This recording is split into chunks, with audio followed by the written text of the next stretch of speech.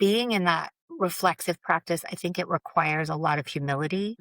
It requires a lot of curiosity, Mhm. and it requires, I think, a grounded confidence where I don't struggle to be wrong. So much of that story is like, that is do the work. Like, I'm going to own my part. I'm going to speak my expectations out loud, and I'm going to stop living from stories, which are just the expectations, and reclaim and rewrite all of that.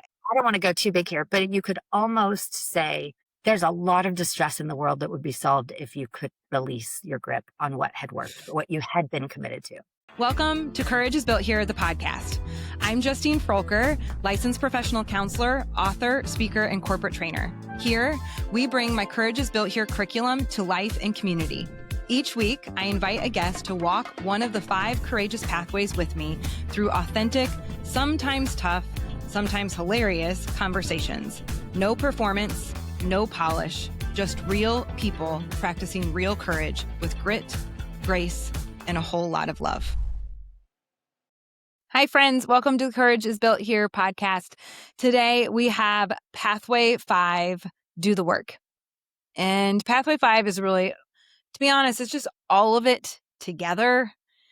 Pathway 1, to live from your values, to feel your feelings well. Pathway 2, to take freaking care of yourself. Pathway 3, to show up as all of who you are in an authentic, wholehearted way in all of the spaces that you have to exist in. Pathway 4, to love and lead others well with curious language and operationalizing trust, curiosity, feedback. And then finally, Pathway 5, which is do the work. Do all of it. Do the freaking work.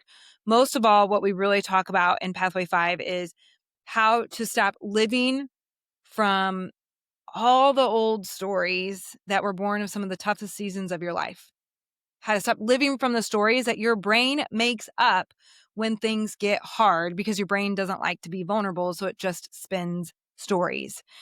Pathway 5, Do the Work, is where we reclaim these stories and we rewrite them into what is true. We own our part when we need to own our part. We speak expectations and what we need and want, and we recalibrate when we need to. We are allowed to change our minds. We're allowed to say, like, I don't think that's working for me anymore, or like, I don't like it. And we recalibrate and we start the whole process over again. Do the work is where you really change what you believe about other people, what you believe about the world, what you believe about God or your higher power, what you believe about yourself. Do the work, for me, is where you really learn how to live from who you were created to be, what your true identity is, and how loved and worthy you are. I am really excited about today's guest, Dr. Kelley Watts, my friend. I got to meet, I knew of Kelley and was connected with her through social media platforms because we met through doing Brene Brown's work. So we were both certified in the Daring Way. That's the therapeutic side. So Kelley's also a therapist, and then also in Dare to Lead.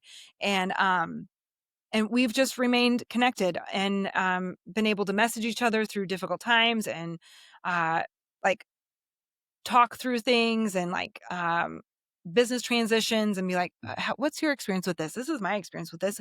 And it's amazing. And so what the best part is though, I actually was in Houston where Kelley lives for a keynote a little while ago. And I texted her, I was like, I'm coming to Houston. And she goes, oh my gosh, I'm in town and that weekend. And so I was like, okay, I actually have pretty crappy flight times. So I do actually have quite a bit of extra time. So when I travel for work, I don't tend to have a lot of extra time. And when you're a speaker and you travel for work, like you go to work. You don't go to hang out with people in the city. You don't go to see the city because that costs extra money. So, but this happened. I couldn't get there on really decent flights. So I did have extra time. And so I was like, okay, will you come hang out with, like, let's do something. Let's meet for lunch or something. And so the day that I was flying in, or I think the day before I flew in, she goes, you do realize your hotel has a lazy river in the shape of Texas? And she texted and she was like, I'm up for a float.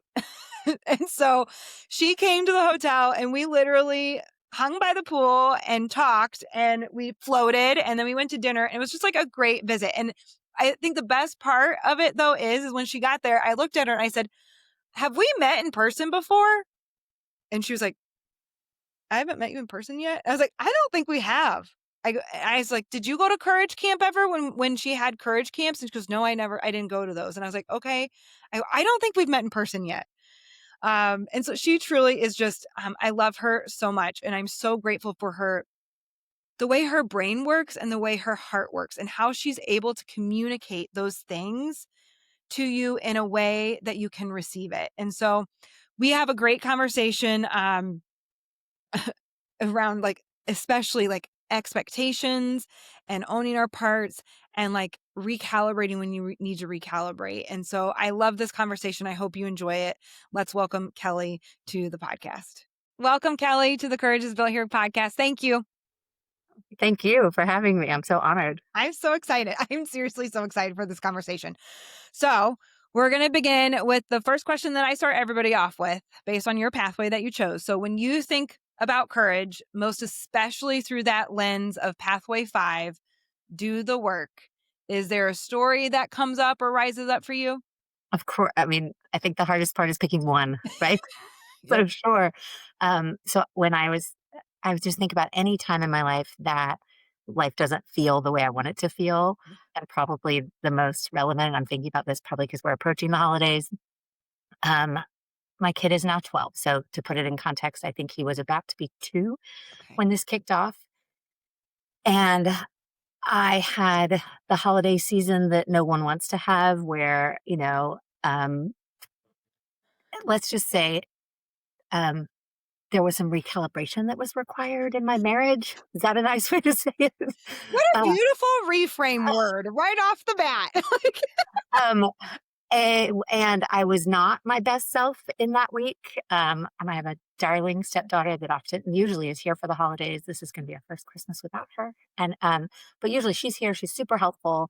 But is also having a guest in town who doesn't drive, is not from here. So yeah. we were a year into being back in Texas from the UK.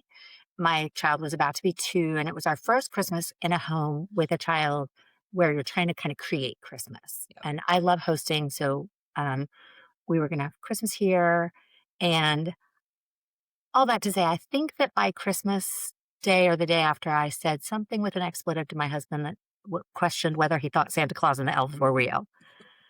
I also remember telling him that he owed his ex-wife an apology because he had raised children before, and I did not understand how he thought Yeah. that Christmas Eve and the day lead up would be Yeah. such a party without executing the magic.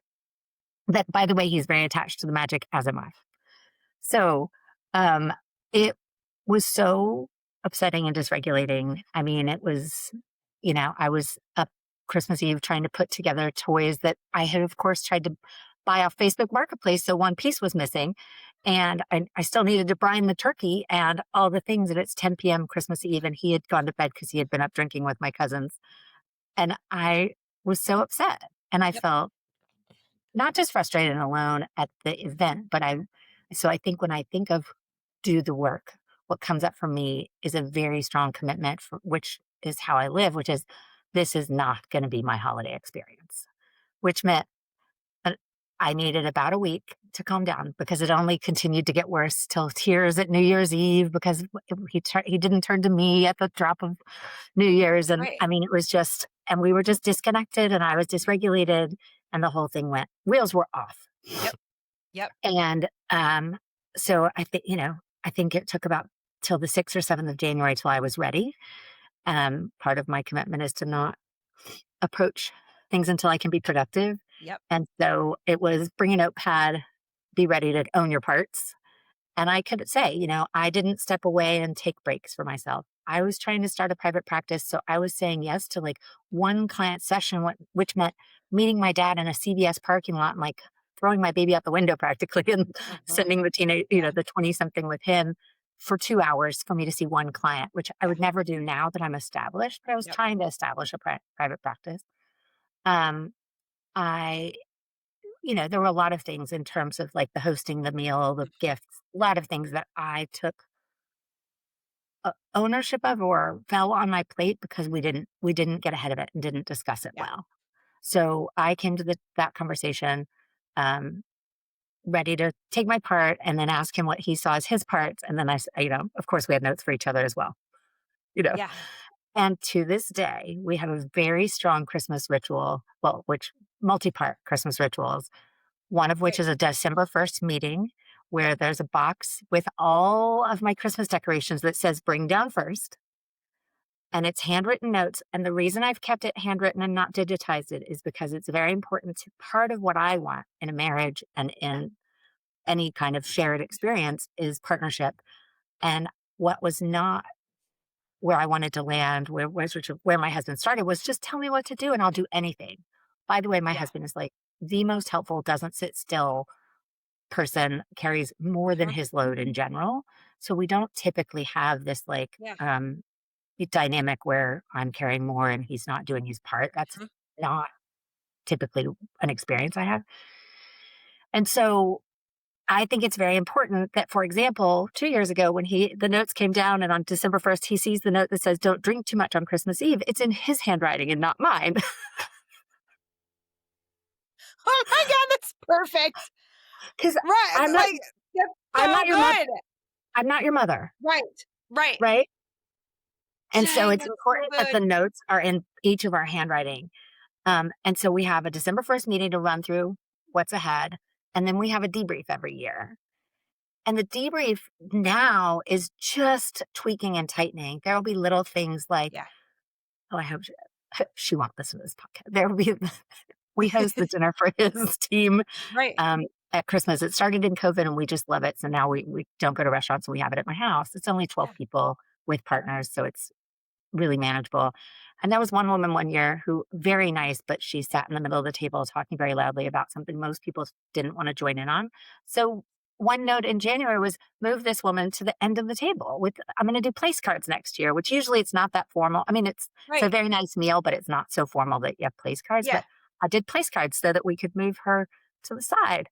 Yeah. Um, and it would not have occurred to me 11 and a half months later Right. to Right. do that, or one that came out of multiple. Like, I have one little pokey oven that came with our house, and it was very difficult to do a turkey, and we're committed to roast potatoes, which is the English way. My husband's British. Okay. Um, and and it's just it was hard to do all the pieces in that. Yeah. And so now, part of the solution for that was he turned the grill into a big oven, Yep. and he manages the turkey Right. outside, right? Right. Or one of my Christmas joys, like I have a little Clark Griswold in me, like, Okay. and Yeah. and I love it. I love the joy, and I try not to overcommit. I try to be very intentional but a very brightly lit Christmas tree in the dark with a cup of tea before I go to bed Oh, is it's one of like, the best things ever. it brings me Yeah. immeasurable joy. Yeah. And for 10 years, because he's an engineer, it didn't occur to me that because it plugs in a wall and has some sort of electrical component that it should not be on his list.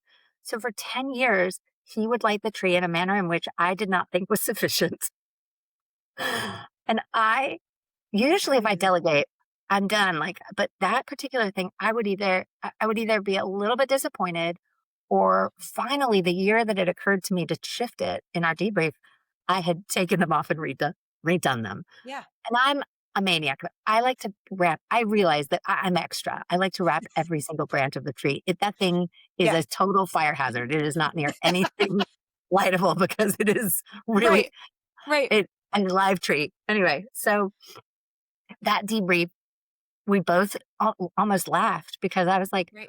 "Why is that on your list? That should come on my list. I care so much about it." Yep. And he was like, "I know, and I can't win, and I don't." Like, do it to that level, and I was like, "Great, let's shift things around." Right. But only because we were in the practice of pausing to reflect and look at Right. things and find, "Okay, yes, this year was amazing, but how could it be even better?" Yeah. And my notes are tight. It's like, "This type of turkey from this store, we took it off at this Oh my degree, and word. it was a little dry. Try it at this degree Yeah. next Yeah. year." I mean, it Oh is my gosh. I can detailed. imagine though that level of like there's the holiday season is just It's just riddled with expectations and disappointment. right. And so to have that like It and is I love that like you started with like like, I'm gonna I did not speak up for myself for like, you owned your Yeah, part, you like, because how many of, like, our disappointments are just simply, I mean, so many, not just the holidays, just our life disappointments because we never said it out loud. right. Yeah. But then you And also come are to both, like, find coming out together.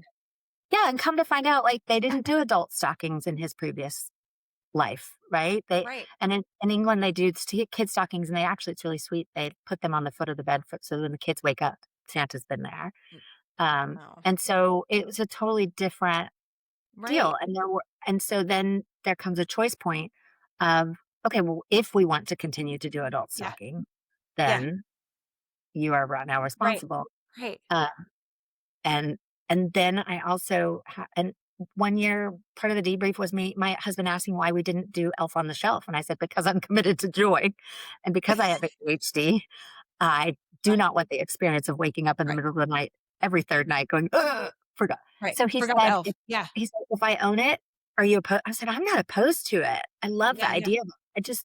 I don't wanna own I it, don't so I don't have want." the bandwidth. Right. Yeah. And so he's owned it, and he's had some I mean, that thing has parachuted, paraglided, rappelled down the disco ball that I have in my, sitting area. Yeah. It it it was riding a motorcycle upside down and then had an accident and had a broken leg and crutches. Like, it's been so fun to watch Right. him own it, Uh-huh.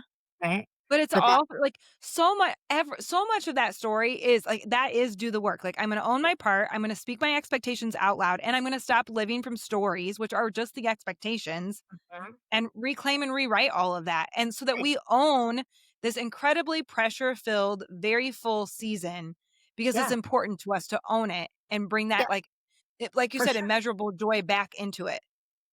And Oh, every that's time I so look at good. it, I find one more piece that, like, wow, if that Yeah. tree brings me so much joy, I should take responsibility for it, Yeah. right? Or if I That's really good. want a certain experience, then I need to speak it out loud. Can we make space Mhm. to go see Christmas carols? Right. Can we make Right. time to see, one of our commitments has also become we don't try to see people that we haven't seen all year. No kidding. No You kidding. know, I am it's with you on that. and one of his one last year was we had too many guests for too long of a period because we started early. We had some guests come in Uh-huh. like a week and a half Yeah. before. And then I had to say to him, well, listen,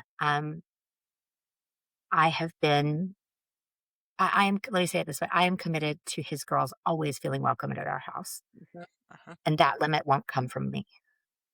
Yeah. So if it wasn't just Heather, we had other guests as well. Yeah. But so if you want to limit other guests or you feel like that is a time span that Yeah. then Yeah. when it comes time to deal with the holidays and you just tell Heather tie up with Kelley, just know I'm not she's always they're always welcome Yeah. indefinitely, like as far as I'm Yeah. concerned. I find that as a veteran stepchild and Yep. a committed they're in England, we don't get to see them very often, Right. and he wants them here too, but Yeah. I was like, really, when it comes down to it, I don't think he does it. It's just it's part of the lift. Uh-huh. And so Uh-huh. we could talk about how to make the lift lighter and do Right. we outsource more? Do we prep more ahead? Do we, but I personally am not gonna Right. set that particular limit. That's so good. So, okay. I like all of this work that you do for the holiday season, like owning our part, spoken expectations, not living from stories. And it's so detailed because it needs to be for that season. How do you do that every day? Like, do you know, like, what? I Because I can imagine, like, so much. I mean, everything that we're talking about, like, oh my gosh, how much simpler and smoother would our lives be if we applied some of yeah, that to, like, making it our own, obviously, and right, for our family, but to, like, so much of just our daily living, like, whether or not it's, like, the meal plan for the week or whatever else. And right. so, like, for Well, you, like, what's that look like for you on a daily basis? my favorite probably moment in my whole marriage is so silly. My kid must have been small because they used to like shower at the end of the day together and I was coming in from work and I just said, I own food because I care more about food in our family. Mm. Um, Yep, yep. and I just walked through the bathroom to, take off my heels because I was coming and I said, I'm just struggling to feed our family this week. And my husband's response was just, okay, well, do we need to look at how to do it differently? Right. That's just how Yeah. okay, if it's not working, what do we need to adjust? Do we need batch Yeah. cook on the weekends? Do I need to do 2 nights a week? Like, what? Yeah. And I did on it, and I think the reason I love that moment is because in the end, I didn't even need to take him up on it, but that response was so valuable to me of Right. like, everything's open for recalibration, Right. right? Right. And so I don't have any area of my life, if I'm honest, that's as formally executed as the holidays. Okay. Okay. And honestly, it should be, right? I Where I do practice it, and I do think of it as like a total practice, it is a practice of reflect. Oh, I think it's regulate first. Ooh, yes. Okay. Because if I reflect before I regulate, Yep. then Yep. the reflection, what I So come up with good. is more blamey and more, Uh-huh. there Uh-huh. are more stories before I Oh, regulate. 100%. Yep. So regulate So first for sure. regulate and restore and align. So that might be aligning to values, Yeah. aligning to my commitment for so the holidays. I'm committed to joy. I'm committed to connection with a smaller circle of people. Um, Yeah. I'm committed to a vibe, if that makes sense. I'm committed to the house feeling Yeah. joyful. Um, Yeah. and then repair if not or shift depending on the Ooh, situation. So right. I feel like I do practice that in relationships, and I've, recalibrated my career. We've discussed offline. I Yeah. got to Houston and just wanted to build a private practice, and I was as busy as I could be. And I thought, and I still love that work. I haven't let go of that part of my life. Um, and I wanted some more flexibility. I wanted some bigger reach, and I wanted more Yep. um, quantity impact, and I wanted to reach people that don't necessarily come to therapy. Yep. So the Brene Brown work came into Yep. my life, and I was able, and that introduced me to workshops and facilitation. That has introduced me to a lot of work that's not Brene Brown related. Yep. And so living in that space of not jumping ship too quickly, but paying Mhm. attention Mhm. if things need adjustment. Yeah. And then is it a small adjustment? Is it within? Is it between people? Mhm. And what do I need to do to adjust that? Yeah. I mean, There I is can do so much about, like, what do you think, especially with your expertise, but, like, there's so many people that I find they hold themselves back or they get stuck or they self-sabotage because we struggle to allow ourselves to change our mind. Like that, like recalibrate, like this worked for a really long time. I don't know if it's working as much as it did last time, or like I just don't like it as much. Like we struggle with this permission to like begin again or shift it or that repair part. Like, and it results in so much, I think, self-sabotage, staying stuck, it's things all, like I that. mean, I don't want to go too big here, but you could almost say there's a lot of distress in the world that would be solved if you could release your grip on what had worked, what you had been committed to. On a micro level, that Yeah, yeah. looks like, I'm not as motivated to do this workout anymore. Let me mix things up. On a macro Yeah. level, think about how rigid and hung on to belief systems people are in Yeah. politics, Yep. and if we could just loosen our Yeah. grip and think, maybe there's a part of what other people are saying that I Mhm. might find interesting or might be aligned Yeah. with, and not completely get Yep. so dug in Yep. and divisive. Yeah. Um, and being in that reflexive practice, I think it requires a lot of humility. No, for sure. Um, it requires a lot of curiosity, Mhm. and it requires, I think, a grounded confidence where I don't struggle to be wrong.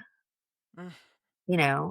Mhm. And I really respect Yeah. people that come to the place where like, oh wow, I got that Yeah. wrong, Yeah. right? Um, so when someone says something that lands in a way that I think, is that right? Then instead of going, that's wrong, I just think, Mhm. oh, huh, Yeah.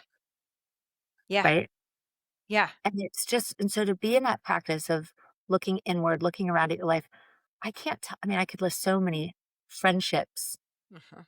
my career, how I dealt with the biggest trauma in my life, like that were all Yeah. just like, okay, let me assess for the actual reality here. That happened, For sure. right? And now what do I want to do with this? And Yep. to me, that's like the ultimate empowerment, Mhm. right? Mhm. I'm going to find my power within this Yeah. situation, Right. right? And And I'm what I going to can own do what with I it can or own.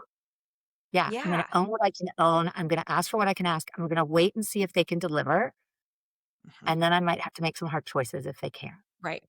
Right. Not to say that if my husband hadn't filled my stocking, we wouldn't have been done, but I mean, there's some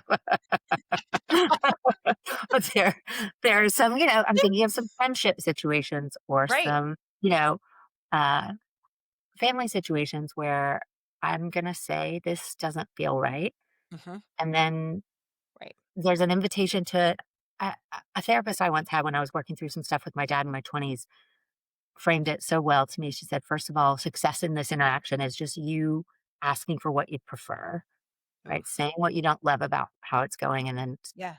and she said, I want you to think of it, your job is to make the invitation, and I'm inviting you to this new dynamic. Yeah. Yeah. They have to decide if they're going to accept. I can't force Yeah. that. And I think what I've added as I've matured Mhm. is I really work hard, and this is work, to not be mad at it when they don't. This is that's my current work is like, Oh, yeah. there's always going to be people that aren't taking that invitation as I No. sure would like them to live the way I want them to live. Absolutely. Yeah. And I am really, what I've noticed is that it's aspirational. I can't say Yeah. I can't say it's fully there. But what I've noticed is that I carry the heaviness and I carry I don't all of it, the angst, the anger, the The angst sadness, about it. Right. the I grief, wonder, so, like, is there this the piece? Because, like, grief. even I was like, it's grief, right? Like, I wonder, like, for me, it was kinda like when you said, "I don't want," I like, to let go of that, like, being angry about it if they don't accept this invitation. And what came up for me was like, "Ooh, do I need to feel the disappointment, though?" Yeah. Which Oh, is yes. grief, Yeah. right? You know what I Well, mean? Like, I don't want it to be this angsty right. anger, and there is that grief or Right. disappointment that, Well, like, "Dang, I really And wanted as you a to." fellow therapist, grief, not that there's a clean stages model like some people used to think, Yeah. but grief is a process and we move through it and we Yep. integrate the loss. And I can still feel sad about Mhm. a friendship that didn't recalibrate the way I want or family members that don't interact Yep. the way I would prefer them to. Yep. And I can release what I Yeah. what I would really love to accomplish that is, I think, going to be a lifelong practice is staying in a place of love about everyone. Yep. And it's a practice, It's which means, does that mean that I remain close to those people that don't accept that invitation? No, no. but it means I can try to be loving in my heart about them. Yep. And that Yeah. to me is where the grief process, not that it's ever complete, because there's still the sadness, but it's just, Yeah. there's a surrender Mhm. to it, if that makes sense. Yeah. There is, I often say that it is possible and sometimes very necessary to love people from afar within their Oh, limitation. for sure. I mean, Like that, boundaries and and when you distance, learn that skill set, you I do think it's easier to love everyone, like, to truly have love for everyone, even if that means, like, "Yeah, you're not my favorite person, love you though, right? like, you're just not Mhm. gonna be in my life," right? Like, or it's gonna be boundaried around this, whatever. That's hard work with work people and family. It's hard That's work with probably the everyone. hardest. It's very hard. And Yeah, so it doesn't mean that it means, to me, it's like accepting that to, or releasing the distress that reality isn't what I want it to be, yeah. you know? Like, moving it to more neutral. That's Yeah. what people always like, how do you know that you've done, like, some good work? I'm like, "When you start to feel neutral, Yeah. it's And neither good nor bad," or yeah, like, for me, it's not neutral. I would say the charge is down. "Oh, I like that." We'll use the same Yeah. words. I was just say it makes me sad or I'm disappointed, Yeah, but yeah. the charge is way down, I like that. Yeah.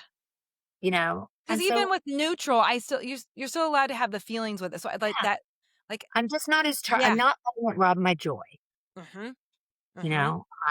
would I prefer that they would, wouldn't we all Right. prefer that everyone wakes up tomorrow Of and course. tells us that we were right and that they should live the way that we want them to? Wouldn't That that would be be love, amazing. right? I literally just had to text my friend. We were, like, on a home tour with some friends, and there was, like, some flowers. So, of course, like, it's fall. So if I see flowers, I go and collect seed and I put them in my pocket because I want to plant them in my garden for next year. And so I go over and I collect the seeds, and Chad looks at our friends and he goes, "She's going to wash those. Make no doubt. She'll forget them. She will wash them." So True. what happened? I washed them. I dug them out. I did catch them before they went into the dryer, but not before the wash machine. So I dug them out of my pocket. I took a picture and I sent it to my friend Ryan. I go, "I just am going on the record and saying Chad was absolutely right. I forgot that these were in my pocket and I washed them." And Ryan goes, "He totally called that." And I go, "Also on the record, I did go upstairs and say, you were right. I washed them." And Chad was like, "Oh, it does feel so good. Like it Yeah. feels so good Feels good when to be right. to be right." Dang, it feels, but I do think like the world we're living in, if you're really living in courage and Mhm. true connection, authentic connection, you don't live for that as much. You don't need it as much. I don't get it as much because I live in this humble curiosity, or I try and work to live in humble curiosity as much as possible, Right. Yeah. which means I'm And it's not a right a ninja lot. it's a ninja move to not point out when someone was wrong, right? Oh, oh I yeah. I don't know, 5 or 6 years ago, my husband booked tickets for the entire wrong week of Thanksgiving, and we were meeting, like, multiple families in the tropics, and we were sitting at dinner, and my uncle Yeah. asked, "Oh, you're going for Thanksgiving week?" And he said, "No, we're going the week." I can't remember if it was before or after, and I looked at Uh-huh. him like, "No, Sterling doesn't have Right. school. It's a slow week for me at work. Like, why would we go Yeah. not?" And he was like, "You told me." And I just said, "Let me go." And thankfully, it was a Southwest flight, even though it's international, and Southwest lets you change once on internet. Right. So they said they were downstairs at dinner. I just popped up to the study, fixed the tickets, emailed the hotel, and then came back down. And I just carried on with dinner. And the next day, he was at his office and he called me and he said, "I just looked at my desk calendar. You were right." And I was like, "I know." Mhm. And he was like, "I was completely convinced last night that you had told me the wrong dates." And I was like, "I know." Like, what good would have come in that evening Right. for me? It was fixable. There Yeah. wasn't even a fee. Like, even Yeah. if there had been a fee, like, Yeah. and what good would have come from me Right. standing in the ground So of true. like, "You need to know that you messed up." You're And just that was oh, actually a yeah. much more fun moment for him to be genuinely surprised. He doesn't, to be fair, he doesn't make many Right. mistakes. He's just a very meticulous person. Oh my But it god. was so I think it took That's him so off guard. true. Because like, what do I really get? Like, I mean, old me would have gone back to chat. Yeah, I need you to admit that you were wrong on this and Yeah, say yeah, that yeah. I'm right. Like, old me would have done that. Like, Yeah, and for probably sure, did many times to Chad. for And what did sure. it ever get? It didn't. It definitely didn't build trust between us. Like, Mhm. it just stroked my ego a little bit. Right. That's so true. That's good. Yeah. That's so good. All right. Are you ready for your last two questions? Yes, this goes so All fast. right. Okay. So I know it goes so fast. So the question that's coming, the first one. When did courage look different than you expected it to? And what did it teach you? I think the biggest answer for this is um, when courage started to be me learning to ask for what I needed. Um, Certainly my younger years, I think I was more strength and grit, Hmm. um, which served me well in many ways. Yeah. And it meant that I'd found myself in therapy in my 20s saying, why am I in all these relationships that are Uh-huh. lopsided and So not true. reciprocal as an overfunctioner? And I did 3 years of really good therapy work on that theme of like, well, if I want to be in a relationship that is reciprocal with someone who is also giving, what does that look like? And how would they feel if I can't receive or say out, no, I couldn't ask for what I needed because I didn't know what I needed. Mm, And wow. so I personally wasn't someone who had it at the tip of my tongue or in my brain and was Yeah. expecting other people to read it. I honestly didn't know. Mhm. And so there was a lot of work there for me to just start to pay attention to my reactions, pay attention to what lands well and doesn't land well, so that I could start to say, Yeah. I do have, I mean, I've always been someone with opinions. And so I just needed to learn to like, oh, then I need Huh. to tell them what I would prefer or, Yeah. take response. So I think that looked very different than I expected. Uh-huh. Uh-huh. Um, And that was a key learning that has allowed for much richer Yeah. relationships and Yeah. experiences, um, Yeah. allowed for more rest. And instead of like trying to take everything on, and then there was always this fantasy that at any moment everybody's going to sit down and just say, "Oh, I mean, I did get a lot of praise and accolades for you're so strong and you Oh, do so sure. For much." sure. Yep. Yeah. Um, but it never came to fruition. The fantasy never came to fruition where people say, "Now sit down and let us take a turn." Oh, man. Right? Wow. And Well, that because that was the when yeah, we power through, when we do strength and grit and we do it all ourselves, we literally train the people in our lives to for sure. And I've had to clean not even in help. recent years, I've had to clean one of those situations up, you know? Yep. But it meant Dang. putting to rest this idea that, "Oh, she just likes to do everything for everyone and receive nothing," Right. right? That Oh, is that's not so good. my truth. Yeah. Right. Oh, that's so good. That's so good. All right. Your last question, Mhm. your surprise question. Right. What did you used to believe that you have now reclaimed and rewritten for yourself, and how has it changed your life?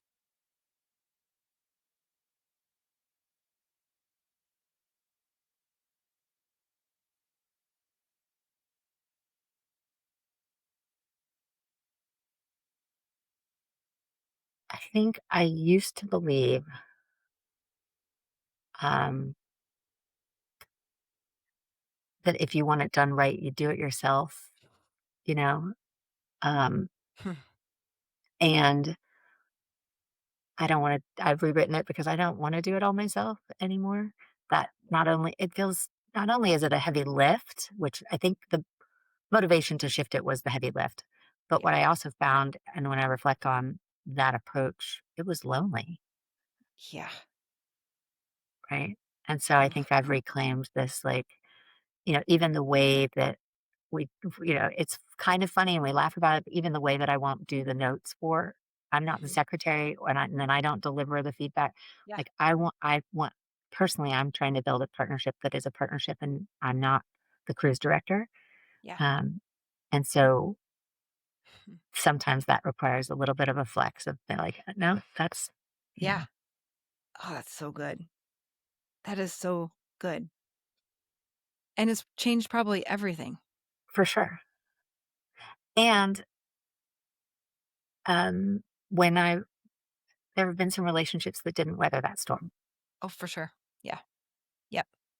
So it's not Yeah. all I mean, I just wanna be honest, it's not all rainbows and unicorns. No. The relationships that survive and recalibrate are so much better for it, Yeah. and then some don't make it to the They other don't make side, it. They don't make it. and that's really sad. And that's this work. Yeah, and And I miss the work. them, but I don't miss the dynamic. Yes. Yes. Oh, that's so good.